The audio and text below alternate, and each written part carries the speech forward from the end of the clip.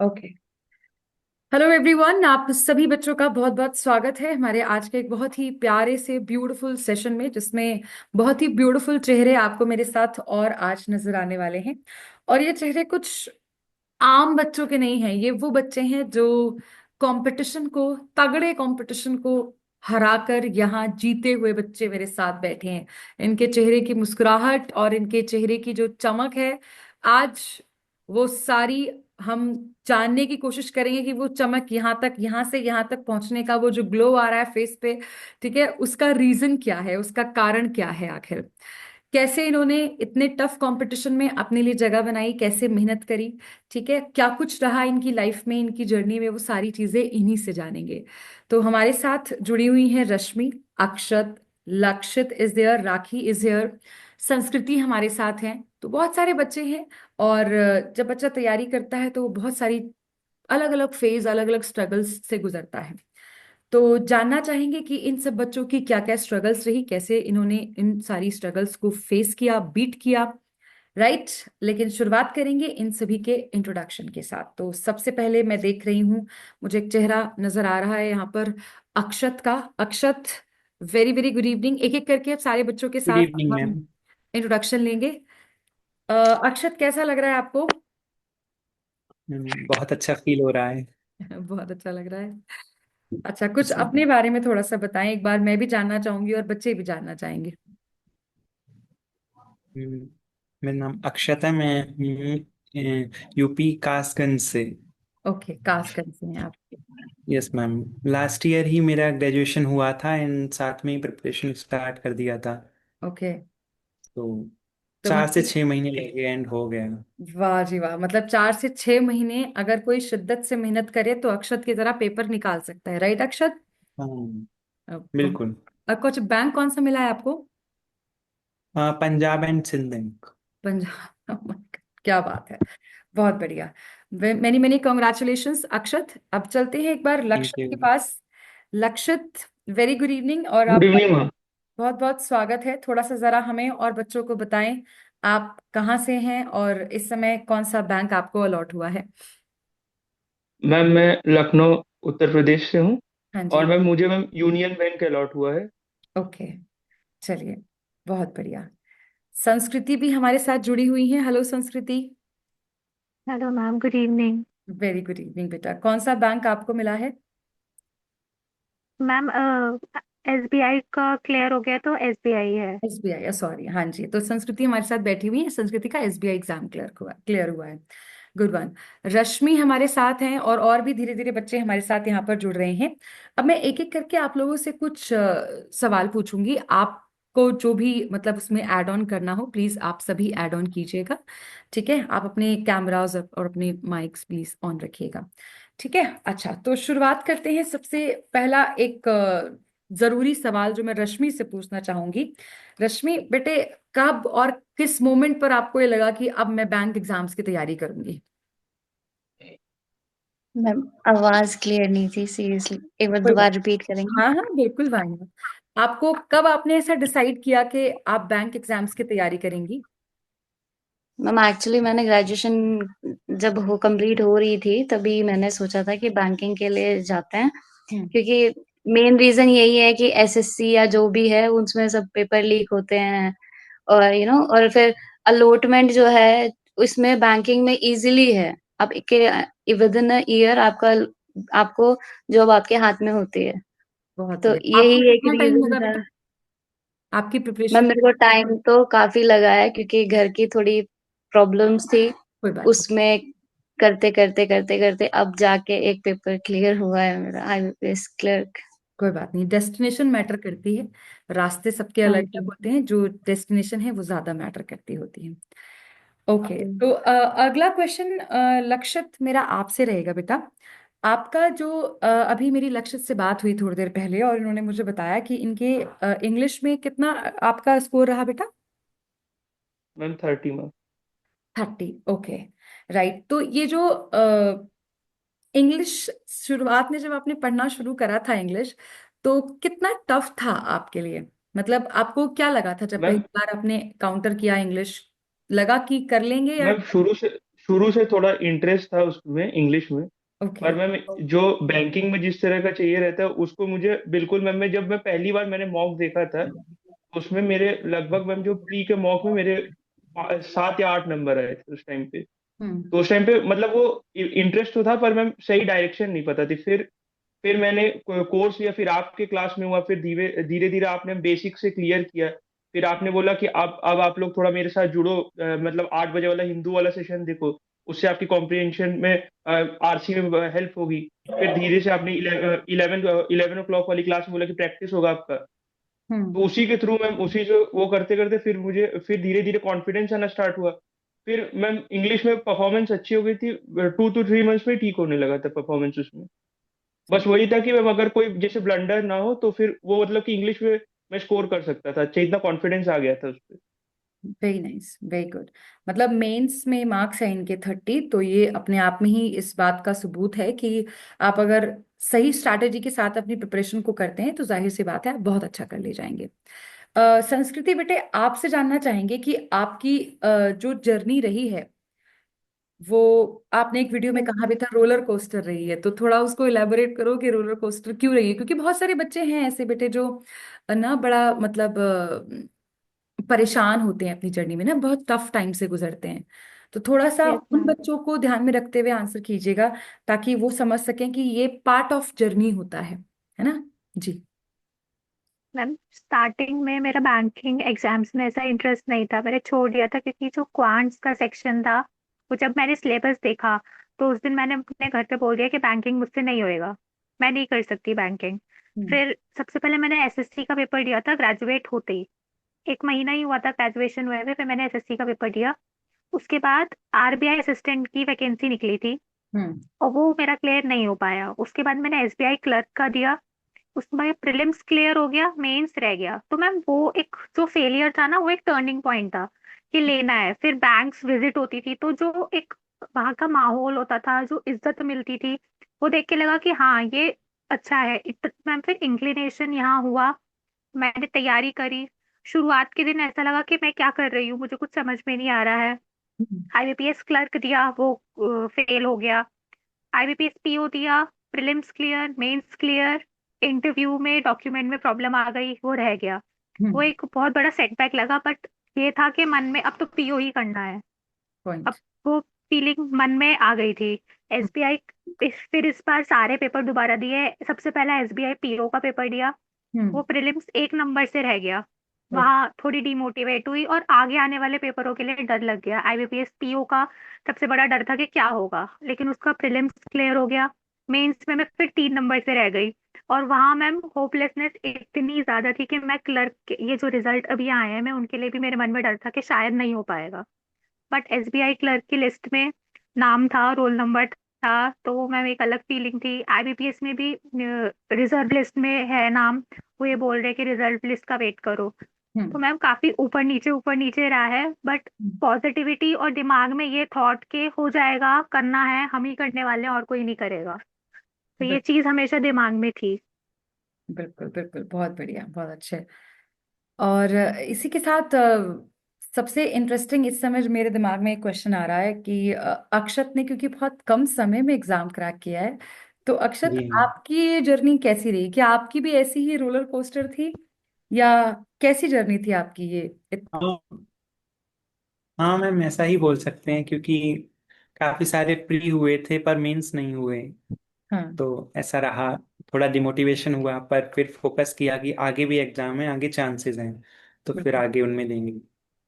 अच्छा, मैं as a student मैं जब पढ़ रही थी तो ऑब्वियसली ये तो रहता है, मतलब ये फेलियर क्या, हर एक वो छोटा सा मॉक जो हम लगाते हैं उसमें भी अगर हमारे मार्क्स नहीं आते तो बड़ा हम डिसहार्टन हो जाते हैं, बुरा लगता है, ऐसे हम सेल्फ डाउट करते हैं कि मतलब हम क्या ही कर रहे हैं, हम आगे पहुंच भी पाएंगे, जो सपना देखा है वो पूरा कर भी पाएंगे कि नहीं कर पाएंगे, है ना। और ये आप सबने फेस करा होगा, तो रश्मि बेटा आप बताओगे कि कैसे डील किया आपने इस प्रॉब्लम से? मैम एक्चुअली वही आप बोलते हो ना, हारना नहीं है, डट के रहना है, करना है बेटा करना है। हाँ। बस आप ही की चीजें याद आ जाती थी, तो उनका कोई बात नहीं, इस बार नहीं हुआ अगले साल देंगे। आईबीपीएस क्लर्क मेरा लास्ट टाइम भी 2 नंबर से रह गया था। ओके। ऐसे ही पेपर ऐसे ही रह जा रहे, प्री हो जाते हैं, मेंस नहीं होते। आईबीपीएस पीओ का प्री हो गया, मेंस नहीं हुआ, बहुत से फेलियर्स देखे हैं। देन उसके बाद जब ये दिन आया है तो इवन आपका तो बहुत बड़ा हाथ है ही इसमें मैम। आपने जो मोटिवेट करते हो आप बच्चों को अपना, और जैसे ही, और मैं आपको बताऊं आईबीपीएस क्लर्क मतलब जो पेपर था इससे पहले ही मैंने ना आपकी पीडीएफ देखी थी। जो आपने पीडीएफ भेजी थी ना, वो सरप्राइजेस देते हो आप पीडीएफ के थ्रू। अच्छा। वो वाह वो कैब की ना आपकी वो कैब्स थे, वो मैं वहीं पे सेंटर के बाहर आधे घंटे पहले था, मैं कहा चलो रीड कर लेते हैं। कॉन्फिडेंस आता है आपके वाह वो कैब से बहुत ज्यादा, कि हाँ यार कर लेंगे, हो जाएगा। आप जो मोटिवेट करती हो ना मैम, बस फिर वो ध्यान में रहता है कि हाँ हो जाएगा। मैम मैम कह रही है ना, मैम ने बहुत सारे बच्चे देखे हैं भाई जो बहुत सारे फेलियर से गुजरे हैं, उन्होंने सारी चीज देखी, अगर वो कहनी है तो हो जाएगा। कहते हैं ना कि टीचर पे भरोसा करो, आप भी कहते हो कि मुझ पे भरोसा रखो, हो जाएगा। तो बस आप पे भरोसा करते रहे, हो गया। चलिए, बहुत बहुत बढ़िया बात आपने बोली। ये बात सही है वैसे कि हमें ना, देखो, अ, अकेले अगर हम चलेंगे ना तो हम बहुत दूर तक नहीं जा पाएंगे, ये एक बहुत पुरानी कहावत है। तो अगर हमें बहुत दूर तक जाना है ना तो हमें साथ लेके चलना पड़ता है लोगों को।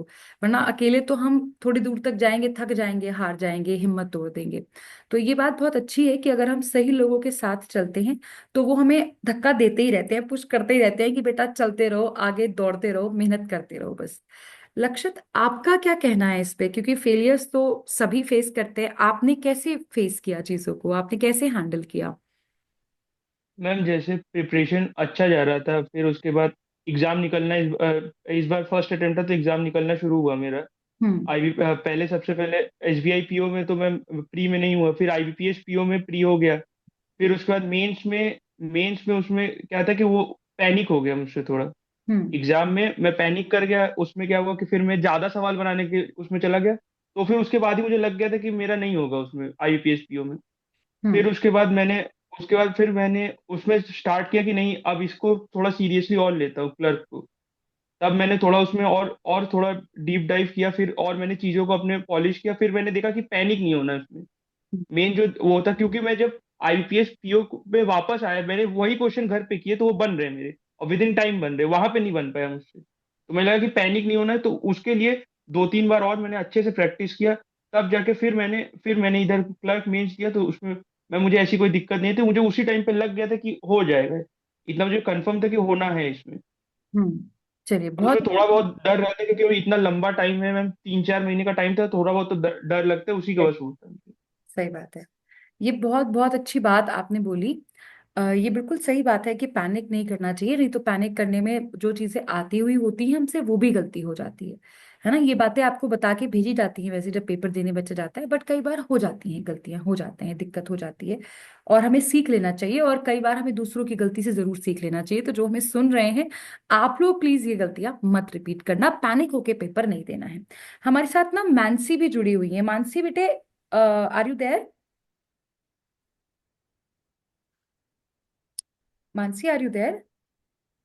राखी भी हमारे साथ जुड़ी हुई है। हेलो राखी। यस। जी ma'am. Good evening ma'am. Good evening Mansi, बस अभी कनेक्ट करते हैं राखी को।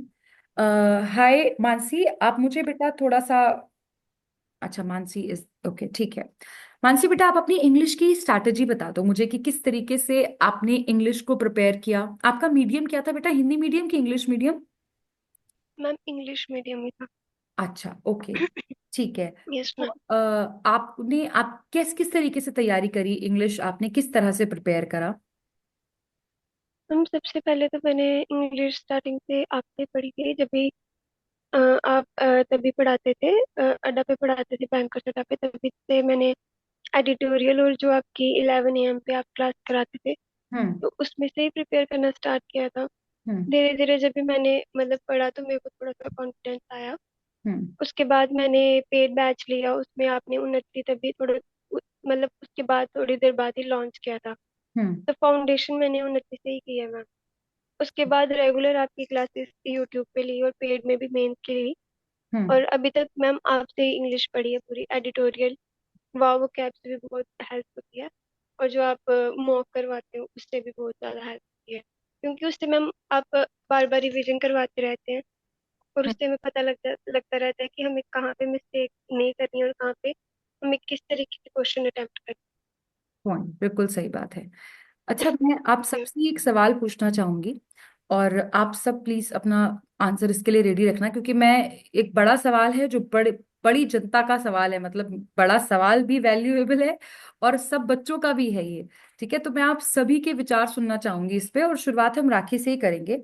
राखी बेटा, पेपर निकालने के लिए, राखी क्योंकि एग्जाम जो है वो दो दो निकाल के बैठी हैं, इनका भी आईबीपीएस क्लर्क और एसबीआई क्लर्क जो है वो हो गया है। ठीक है, तो राखी बेटा, आप मुझे बताओ कि रीडिंग कितना इम्पोर्टेंट है। Ma'am, reading he I think सबसे ज्यादा बड़ा फैक्टर साबित होता है। अभी जैसे जब मैंने इंग्लिश में प्रिपरेशन करना शुरू किया, तो क्वांट रीजनिंग तो मेरा ठीक था, उसकी तरफ से मुझे टेंशन नहीं रही कभी भी। हम्म। लेकिन इंग्लिश मैंने बेसिक्स कर लिया, मुझे चीजें समझ में आती थी, लेकिन इम्प्लीमेंट कैसे करना है जब सामने मुंह खुलता था तो उसमें बहुत प्रॉब्लम आती थी। हम्म। सही आते हुए भी गलत हो जाता था। जब मैं मॉक एनालिसिस करती थी तो समझ में आता था कि अरे ये तो मुझे आता था, हम्म। गलत कैसे हो गया। फिर उसके बाद आपसे मैंने सुना कि एडिटोरियल एक बहुत इंपॉर्टेंट फैक्टर है, तो जी। धीरे धीरे मैंने एडिटोरियल करना शुरू किया। बेसिक्स मुझे आते थे, हम्म। लेकिन उनको इम्प्लीमेंट करने का तरीका एडिटोरियल करने के बाद और रीडिंग करने के बाद मैं सीख पाई हूँ। Good one. वोकैब जब अच्छी हुई तो रीडिंग में इंटरेस्ट डेवलप हुआ, क्योंकि वोकैब अच्छी हो गई, सेंटेंस का मीनिंग समझ में आने लगा। तो सही एक बात। ये रीडिंग ही है जो हमारे इंग्लिश में बहुत इंपॉर्टेंट फैक्टर मतलब बन के सामने आया है। मेरे लिए तो आया है, क्योंकि मुझे इंग्लिश में सब कुछ समझ में आ गया था, मेरा कॉन्सेप्ट एकदम क्लियर हो गए थे सब कुछ। हम्म। लेकिन मुझे ये नहीं समझ में आता था मुख में कि इसको इम्प्लीमेंट कैसे किया जाए। वो अच्छा। चीज रीडिंग करने के बाद आई है। अच्छा राखी, ऐसा भी लगता है क्या कि रीडिंग अगर हमारी अच्छी हो जाए तो हमारा मतलब पजल्स में या एआई, मतलब सॉरी डीआई और अरिथमेटिक के क्वेश्चन सॉल्व करने में हमारी हेल्प होती है? मैम, ये तो बहुत बार होता है। जैसे डीआई होती है, स्पेशली एक केसलेट डीआई का टाइप होता है हमारे पास। और वो पूरा क्या है कि वो एक उसी की तरह होता है, एक पैराग्राफ की तरह ही होता है। आपको पढ़ना है, समझना है, सॉल्व करना है। बिल्कुल। जैसे पजल होती है, एक पूरा पैराग्राफ है, पढ़ना है आपको, सॉल्व करना है। हम्म। अब अगर हमारी रीडिंग अच्छी है, जैसे मैं अगर अपनी बात करूँ तो रीडिंग जब मेरी एक अच्छी लेवल पे आ गई, तो हम्म। मैंने कभी पजल का सेंटेंस पूरा नहीं पढ़ा है। उसको एक हल्के से स्किम किया और मुझे समझ में आ गया कि हाँ, ए किस जगह बैठा है, बी किस जगह बैठा है, उसको फटाफट ड्रॉ कर दिया।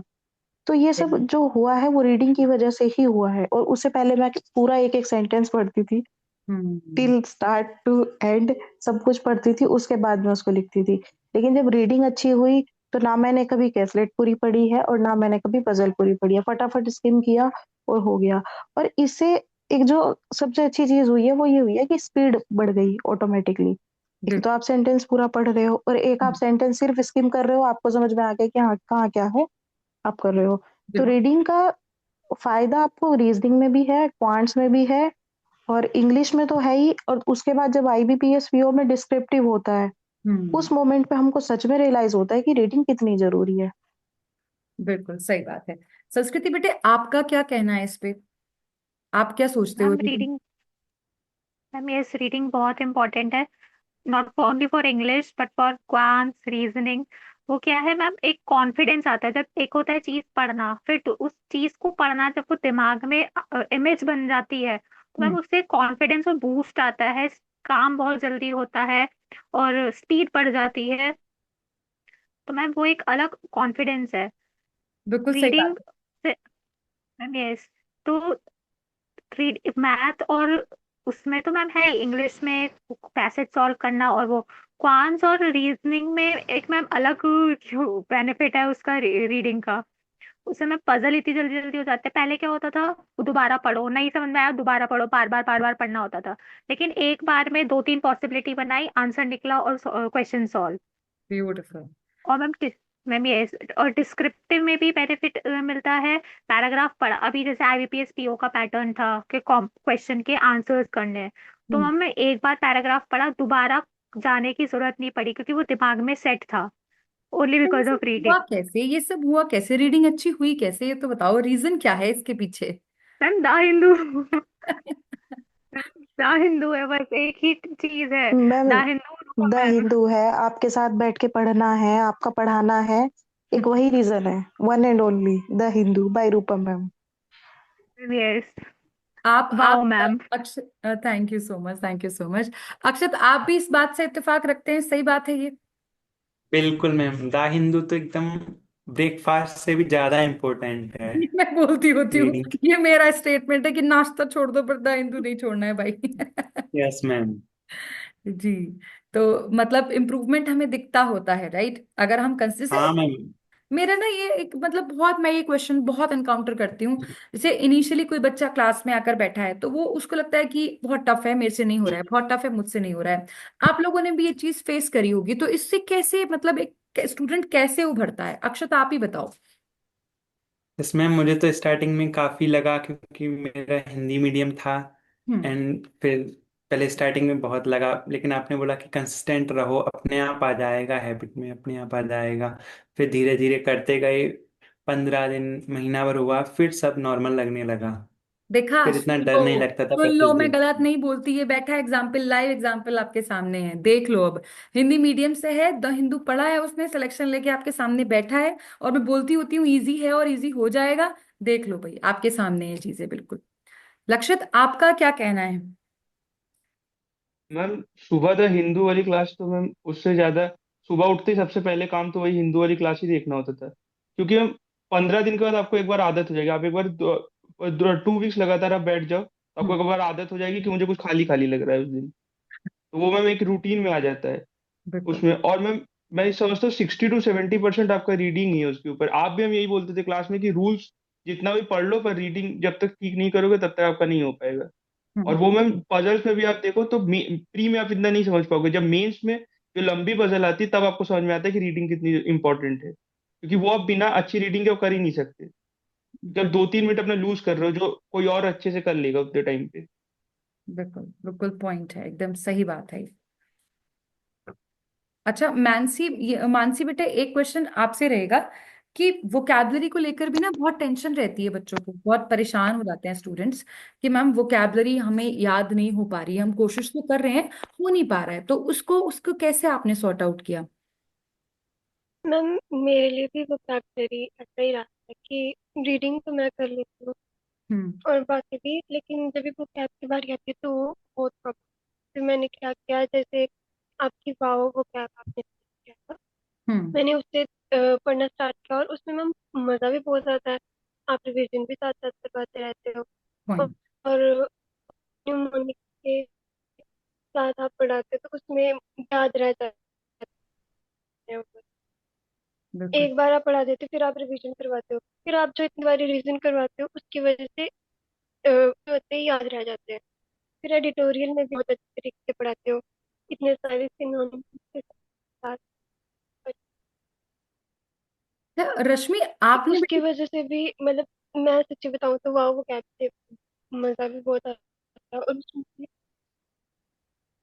वाओ वोकैब तो बस वाओ वोकैब ही है, हेलो। मतलब जो बच्चे ने एक बार वाओ वोकैब पे ज्वाइन हो गया जो बच्चा, ठीक है, उसके लिए ना तो वोकैब मुश्किल है ना, ना ही उसको वोकैब की टेंशन लेने की जरूरत है, भले ही चाहे वो किसी भी मीडियम से बैठा है, ठीक है, सब चीजें यस मैम। आसान लगने लग जाती हैं एक बार जब हम वो फ्लो पकड़ लेते हैं। तो बस वो फ्लो पकड़ना तक की देरी है, उसके बाद कोई टेंशन नहीं है, उसके बाद कोई प्रॉब्लम नहीं है ना। Yes ma'am. उम्मीद कर रही हूँ आप सबने जो है, जो अभी हमें देख रहे हैं, आप सभी ने शुरू कर दिया होगा वाओ कैप देखना, नहीं देख रहे हैं तो उसको देखिए क्योंकि रिजल्ट्स आपके सामने बैठे हैं, है ना। राइट। अच्छा, एक चीज बहुत इंपॉर्टेंट रहती है सभी बच्चों की प्रिपरेशन में, मॉक का एनालिसिस करना कितना रेलिवेंट है ये? रश्मि, आप बताओ बेटा। मैम मॉक एनालिसिस तो द मोस्ट एक्चुअली क्या होता है ना, जितना टाइम हम मॉक में लगाते हैं उससे ज्यादा टाइम हमें एनालिसिस में लगाना ही चाहिए। बिल्कुल। और स्पेशली इन इंग्लिश, इंग्लिश में क्या है रूल्स, भाई हमने एक गलती करी है यहाँ पे तो क्यों गलती हुई है, नेक्स्ट मॉक में ये गलती दोबारा ना हो। तो वो हमें नोट डाउन करनी है, वही वाव वाली नोटबुक जो बना रखी है हमने उसमें। अच्छा, आप तो सबने वही है बना मैम। रखी वाओ नोटबुक? हाँ मैंने सबने? तो बना रखी yes ma'am, yes ma'am, bio diary yes जो बोलते हैं। बनाई। वाह। वाव डायरी। मुझे भेजना है फोटोज, ठीक है, उसके, वो मैंने लिखवाया था ना कि वाओ डायरी लिखना उसको, ये आपकी वाओ डायरी है, यस मुझको मैम। भेजना उसका फोटो। हाँ मैम, ठीक है। बिल्कुल बिल्कुल। अच्छा, अब थोड़ा सा जो बच्चे हमें देख रहे हैं उनके लिए थोड़ा सा स्ट्रैटेजी आपसे एक एक करके मैं एक एक सबसे इम्पोर्टेंट मंत्रा क्या था आपकी प्रिपरेशन का जो आप आगे भी फॉलो करेंगे और बाकी सभी बच्चों को भी शेयर करना चाहेंगे कि वो भी ये चीज जरूर करना, ठीक है? तो एक एक करके आपसे मैं एक वो आपका मंत्रा जानना चाहूंगी। तो संस्कृति बेटा, आपसे ही शुरू करते हैं। मैम मैंने 3 चीज़ों पे बहुत फोकस करा था। पहला था रिविजन, वो ओके। बहुत इम्पोर्टेंट है। मैम हाँ। Second is consistency, bare minimum अगर मन भी नहीं है तो भी करना है, ज़रूर करना है। और मैम तीसरी थी सेल्फ स्टडी, कितना मर्जी क्लास ले ले जब तक हम सेल्फ स्टडी नहीं करेंगे मैम कुछ नहीं हो सकता। मैम ये 3 चीज़ें थी जो मैंने फॉलो करी थी। मैम अभी भी मैं पूरा दिन बाहर थी बट मैंने अभी आके हिंदू एडिटोरियल की क्लास ली जल्दी जल्दी कि वाह, कंसिस्टेंसी ना टूटे। बहुत बढ़िया। Very ma'am good. ये 3 चीज़ें। Very good, very nice. Akshat, आपका क्या कहना है बेटे? यस मैम, कंसिस्टेंसी तो मस्ट है बिल्कुल। मैंने शायद ही कोई दिन गया होगा जिस दिन क्लास ना ली हो आपकी। और यही रीजन है और कि कुछ ही महीनों में बच्चा पेपर निकाल के बैठा है। यस मैम, और बाकी सेल्फ स्टडी भी हाँ बहुत हेल्प करेगा। मतलब सेशंस ठीक है, हो जाता है, पर सेल्फ स्टडी भी बहुत जरूरी है। बिल्कुल, इसीलिए मैं हमेशा क्लास में ये बोलती होती हूँ कि कुछ भी कर लो, सेल्फ स्टडी को कॉम्प्रोमाइज मत करना। इसीलिए पूरा टाइम टेबल बना के दिया यस जाता मैम। था ना आप लोगों को द हिंदू में सबसे पहले, कि पहले ये करो, कुछ करना है कि यस नहीं करना है, मैम। ये तो करना ही करना है। जी, लक्षित, आपका क्या कहना है? एक मैसेज सारे मैम बच्चों। कंसिस्टेंसी तो है, पर मेरे हिसाब से हम कि आपको फेलियर से डिसहार्टन नहीं होना। फेलियर आएगा, Good। आपकी आपकी अगर प्रोसेस ठीक रहा तब भी फेलियर आएगा, पर आपको उससे जल्दी बाउंस बैक करके आपको फिर लग जाना है ताकि आपको जल्दी से जल्दी रिजल्ट मिले। बहुत अच्छी बात बोली है आपने, बहुत बढ़िया। रश्मि बेटा, एक मैसेज आपकी तरफ से भी। मैं वही डिसहार्टन नहीं होना, और हो जाएगा, बस मन में एक ये रखना है कि हो जाएगा, एक ना एक दिन जरूर आएगा जिस दिन तुम्हारा लिखा है कॉन्ग्रेचुलेशंस यू आर सिलेक्टेड। बिल्कुल सही बात है, सही बात है। यही वो मैसेज हम सब डिजर्व करते हैं और जरूर आएगा हमारे पास। Congratulations, you are there, your name is there in the list. यही चाहिए हमें, बस ऐसे ही मेहनत करते रहना है। मानसी बेटा, आपका क्या कहना है? मानसी। अच्छा, राखी भी हमारे साथ जुड़ी हुई है। यस राखी। मैम। अच्छा, मानसी आ मैम गई। जी बेटा। थोड़ा नेटवर्क इशू है। कोई बात नहीं बेटा, एक मैम पहले बात तो हाँ हाँ, प्लीज, बच्चों के लिए एक मैसेज। जी मैम पहले तो कंसिस्टेंसी रखनी है, और जब भी हमारा मन नहीं करता ना पढ़ने की, क्योंकि बड़े ऐसे दिन होते हैं जब हम्म। हमारा बिल्कुल मन नहीं करता पढ़ाई का, जी। तो मैं क्या करती हूँ, मैं कभी आपकी क्लास सुन लेती हूँ, और उसमें से समझ भी आता रहता है और मज़ा भी आता है, क्योंकि कभी कभी नहीं पढ़ने का मन, उसमें ऐसा लगता है कि पढ़ाई भी हो जाती है, गिल्ट भी नहीं रहता बंदे को। इसी और वजह से मैं भी, साथ में मैं तो क्लास लेती जरूर हूँ आप लोगों की, चाहे होली का टाइम हो, कैसा भी टाइम हो, क्लास नहीं स्किप होती है, क्लास जरूर होती है। क्योंकि मुझे पता है कोई तो यस मैम। होगी मानसी, कोई तो एक रश्मि होगी जो कहीं से टाइम निकाल के ढूंढेगी, संस्कृति की तरह कि दिन भर कुछ नहीं करा, चलो कम से कम ये कर लूं, कम से कम गिल्ट से तो बचूं, कंसिस्टेंसी तो मेंटेन कर पाऊं ना, है ना? तो कोई तो अक्षत होगा जो अपने मन में एक सिलेक्शन लेने की भावना लिए बैठा है। तो बस मैं उसी के लिए काम करती होती हूँ, वरना सबका मन करता है छुट्टी लेने का, ऑफ करने का। ऐसा नहीं है मेरा नहीं करता होता, बट यही बात है कि कोई तो बच्चा बैठा हुआ देख रहा होगा, कोई तो होगा जिसे सपोर्ट की जरूरत होगी, है ना? बस उसी के लिए काम होता है। राखी बेटा, आपका क्या कहना है? मैम कंसिस्टेंसी तो मस्ट है ही, कंसिस्टेंसी तो होनी चाहिए। और दूसरा एक वो होता है ना कि लंबी रेस का घोड़ा, तो हाँ। हमारा माइंडसेट हमेशा वो होना चाहिए कि हमें एक ऐसा गोल अचीव करना है जो शॉर्ट टर्म में हम कभी पा नहीं सकते। अप्स एंड डाउन्स आएंगे, फेलियर्स आएंगे, हर चीज से उबर के हमें एक बार फिर से उठ खड़े होना है और फिर से लगना है, जी जान से लगना है, वापस उसी क्या बोलते हैं उसको, एंथुजियाज्म, उसी एनर्जी, उसी पैशन।